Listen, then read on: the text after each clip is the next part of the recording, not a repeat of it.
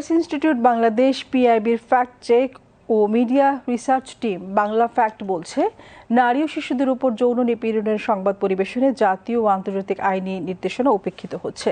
সাম্প্রতিককালে নারী ও শিশু নির্যাতন বিষয়ে আইনের পরিপন্থী সংবাদ বিভিন্ন সংবাদ মাধ্যম, অনলাইন ও সামাজিক যোগাযোগ মাধ্যমে পরিলক্ষিত হচ্ছে। বিস্তারিত রাজীব রেজার রিপোর্টে।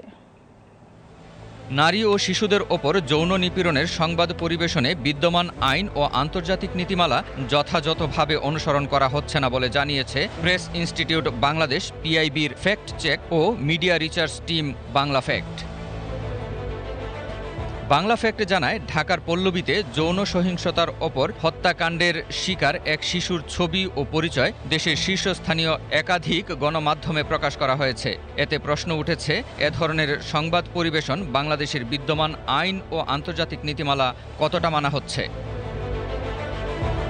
তারা জানায়, নারী ও শিশু নির্যাতন দমন আইন 2000-এর 14(1) ধারায় বলা হয়েছে, এ আইনে বর্ণিত অপরাধের শিকার নারী বা শিশুর পরিচয় প্রকাশ পায় এমন কোনো সংবাদ, তথ্য, নাম, ঠিকানা, ছবি বা অন্য কোনো তথ্য সংবাদপত্র যে কোনো গণমাধ্যমে, অনলাইন বা সামাজিক যোগাযোগ মাধ্যমে প্রকাশ বা প্রচার করা যাবে না। আইনে এ অপরাধের শাস্তি হিসেবে সর্বোচ্চ 2 বছরের কারাদণ্ড, 1 লাখ টাকা পর্যন্ত অর্থদণ্ড বা উভয় দণ্ডের বিধান রয়েছে।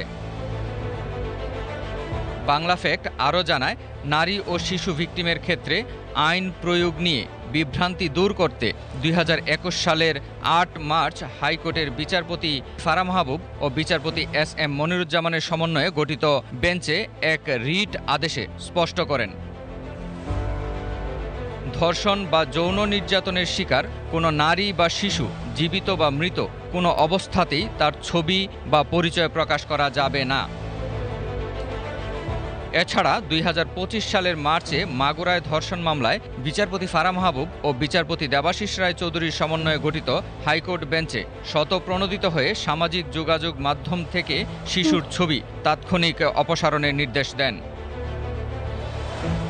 বাংলা ফ্যাক্ট জানায়, ইউনিসেফ ও গায়া ভিজুয়ালার যৌথ এক প্রকাশনায় বলা হয়েছে, ভিকটিম শিশুর প্রকৃত নাম ও ছবি প্রকাশ সাংবাদিকতার নৈতিকতার পরিপন্থী। ভিকটিম জীবিত বা মৃত উভয় ক্ষেত্রেই তার পরিচয় গোপন রাখা সংবাদ মাধ্যমের দায়িত্ব। Rajib Reza, BTV news.